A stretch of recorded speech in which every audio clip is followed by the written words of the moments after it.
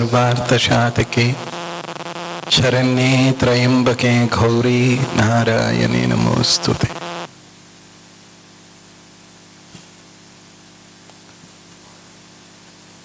பஞ்ச உலோகங்கள் அப்படின்னு இருக்கு, எல்லாருக்கும் தெரியும்.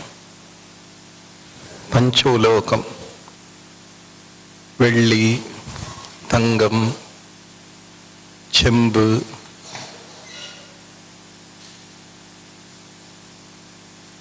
தாமரம், இப்படி பஞ்ச உலோகங்கள். இந்த பஞ்ச உலோகங்கள்ல தங்கத்துக்கு நிறைய விசேஷம் இருக்கு. எதனாலே அப்படின்னா அதனுடைய ஜொலிப்பாலே, அந்த சக்தியாலே தங்கத்துக்கு நிறைய விசேஷம். ஒரு தங்கம் நகை ஒரு கடையில இருக்கு அப்படின்னும் பொழுது அது பல பலன்னு ஜொலிக்கிறது. அந்த ஜொலிப்பை பார்த்துட்டு மனசு என்ன செய்யறது, அந்த நகையை வீட்டுக்கு வாங்கிட்டு போகணும் அப்படின்னு மனசு நினைக்கிறது. மனசு நினைச்சு அந்த நகையை வீட்டுக்கு வாங்கிட்டு போயிட்டு ஒரு சுத்தம் இல்லாத ஒரு இடத்துல, நிறைய அசுத்தம் படைகிற ஒரு இடத்துல அந்த தங்கத்தை வைக்கிறாங்க. தங்கத்தினுடைய குணம் என்னவோ ஜொலிக்கிறது, கண்ணு கூசுற அளவுக்கு பளபளப்பா இருக்கிறது தங்கத்தினுடைய சக்தி. அப்படிப்பட்ட அந்த ஜொலிப்பை பார்த்து ஆசைப்பட்டு அதை வாங்கி அதை வீட்டுல கொண்டு போயிட்டு ஒரு அசுத்தமான இடத்துல, இங்கே நிறைய தூசு படுமா அப்படிப்பட்ட ஒரு இடத்துல அதை வைக்கும் பொழுது என்ன ஆகும், ஒரு வாரம் 10 நாள்ல அந்த தங்கத்துக்கு மேலே கொஞ்சமா தூசு படியும். அதை கவனிக்காம சுத்தம் பண்ணாம விட்டுட்டா ஒரு மாசம் கழிச்சு இன்னும் அதிகமா தூசு படியும். அப்பவும் அதை கவனிக்காம அப்படியே விட்டுட்டா இன்னும் ஒரு சில மாதங்கள்ல அந்த ஜொலிப்பெல்லாம் குறைஞ்சி போற மாதிரி அழுக்கெல்லாம் அது மேல படிஞ்சிடும். இன்னும் அப்படியே கொஞ்ச நாளைக்கு விட்டா அந்த ஜொலிப்பு சுத்தமா போயிட்டு அது மேல ஒரு கண்ணங்கரையில கருப்பான ஒரு வர்ணம் ஒண்ணு வந்துடும். அதை சுத்தம் பண்ணலை அப்படின்னா ஒரு கருப்பான வர்ணம், பல மாசம் அதை சுத்தம் பண்ணலை அப்படின்னா இந்த ஒரு கருப்பான வர்ணமானது வந்துடும். அந்த கருப்பு நிறத்துல அழுக்கு வந்துட்ட பிறகு அது எவ்வளவு சுத்தமான தங்கமா இருந்தாலும் இந்த அழுக்கு சேர்ந்ததாலே அதனுடைய விசேஷ தன்மை அத்தனையும் மறைஞ்சு போயிடும், அது தெரியாம போயிடும். தங்கத்தினுடைய குணம் என்னவோ ஜொலிப்பு தான், பிரகாசமானதுதான்.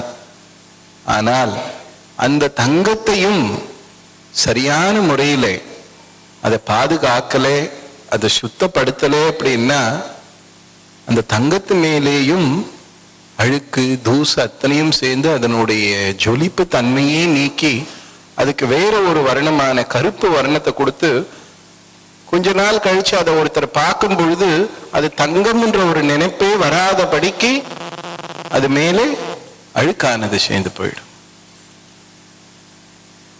அப்படிப்பட்ட அந்த தங்கமே தெரியாத அளவுக்கு அதை பார்க்கும் பொழுது ஒரு இரும்பு மாதிரி, வேற ஏதோ ஒரு கண்ணங்கரையில் ஒரு பொருள் மாதிரி தெரியும். அது தங்கமா ஜொலிக்கும் பொழுதுதான் அதை பார்க்கும் பொழுது சந்தோஷம் ஆனந்தம் அத்தனையும்.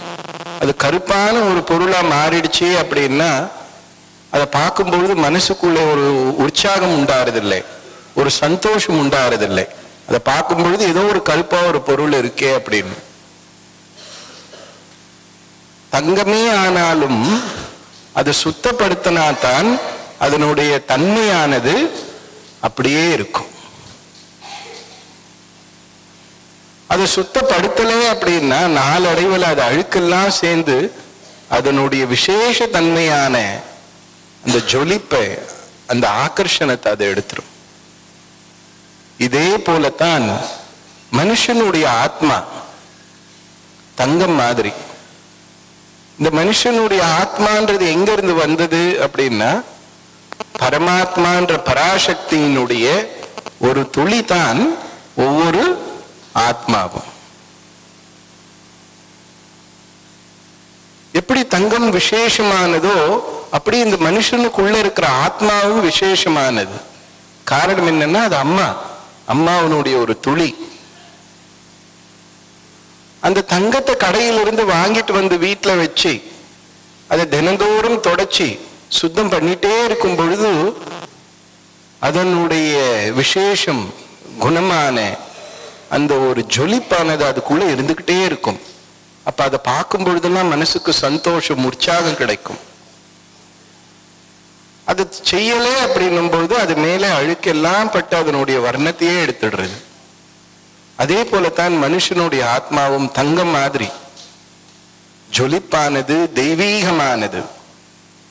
எப்படி ஒரு தங்கத்தை வந்து தொடச்சிக்கிட்டே இருக்கும் பொழுது தான் அதனுடைய அந்த ஒளித்தன்மையானது அதுக்குள்ள எப்பவுமே நிரந்தரமா நிலைச்சிருக்குமோ, இந்த மனுஷனுடைய ஆத்மாவையும் அழுக்கு சேராமே சுத்தமா வச்சிருக்கும் பொழுது தான் அந்த மனசுல தெய்வீகத்தோட ஒரு இணைப்பு, ஒரு தொடர்பு மனுஷனுக்கு எப்பவுமே இருந்துட்டே இருக்கும். அந்த தொடர்பு இருக்கும் பொழுது மனுஷனுடைய மனசுக்குள்ளே அமைதி, ஆனந்தம், சந்தோஷம் அத்தனையும் நிலைச்சிருக்கும். இந்த ஆத்மான்றது தெய்வீகமானது. அது வரும்போது அதுக்குள்ள எந்த அழுக்கும் இல்லை. அது அம்மா பராசக்தி கிட்ட இருந்து வந்தது, அதுல எந்த அழுக்கும் இல்லை. ஆனாலும் இந்த உலகத்துல இருக்கும் பொழுது நீங்க இருக்கிற சூழ்நிலையானது என்ன பண்ணும்னா, இந்த தங்கம் என்ற இந்த ஆத்மா மேலே எண்ணங்களாலே, கெட்ட எண்ணங்களாலே, கெட்ட செயல்களாலே அதனுடைய விசேஷ தன்மைக்கு, தெய்வீக தன்மைக்கு அழுக்க கொண்டு வந்து சேர்த்துரும். அப்படி வரும்பொழுது தான் ஒரு மனுஷனுடைய மனசுக்குள்ளே அஞ்ஞானம் என்ற இருள் உண்டாகிறது. வழக்கமா எல்லாரும் நினைக்கிறது தங்கம் அப்படின்னா ஒரு பொருள். தங்கம் என்றது ஒரு பொருள் மட்டும் இல்லை.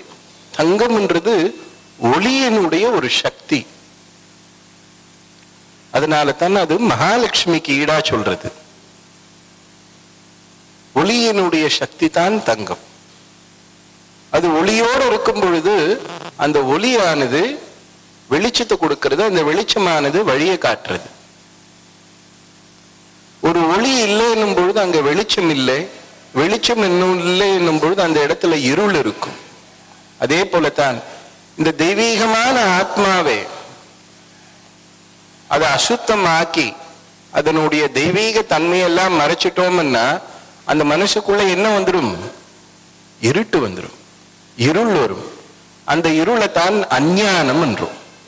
ஞானம் என்றது ஒளி, அஞ்ஞானம் என்றது இருள். ஆத்மா தெய்வீக தன்மையோடு இருக்கும் பொழுது அதுக்கு ஒளிமயமா இருக்கும். அந்த ஆத்மா மேலே அசுத்தங்களை சேர விட்டுட்டோம் அப்படின்னா அங்கே இருள் படியும். அந்த அஞ்ஞானம் என்ற இருள் வரும்பொழுது தான் மனுஷனுக்கு தப்பு தப்பான எண்ணங்கள், தப்பான காரியங்கள் செய்ய யோசனைகள், தப்பான வார்த்தைகள், இப்படி பல தப்பு செஞ்சு அவங்க வாழ்க்கை கஷ்டத்துக்குள்ளேயும் நஷ்டத்துக்குள்ளேயும் போய் சேர்றது. ஒரு தங்கம் சுத்தப்படுத்தணும் அப்படின்னா அதுக்கு எத்தனையோ இப்போ நிறைய பொருள் இருக்கு. ஒரு சோப் இருக்கு, ஷாம்பு இருக்கு, ஏதோ ஒரு லிக்விட் இருக்கு, இதெல்லாம் போட்டு தினம் சுத்தப்படுத்தலாம். அப்ப இந்த ஆத்மாவை எப்படி சுத்தம் பண்றது? அதுக்கு என்ன பண்ணணும்? தினம் தலைக்கு குளிச்சா ஆத்மா சுத்தமாயிடுமா? இல்ல சோப்பு போட்டு குளிச்சா ஆத்மா சுத்தமாயிடுமான்னா பக்தி, சுத்தமான பக்தி. அந்த பக்தி தான் இந்த ஆத்மாவை சுத்தம் செய்யற சக்தி.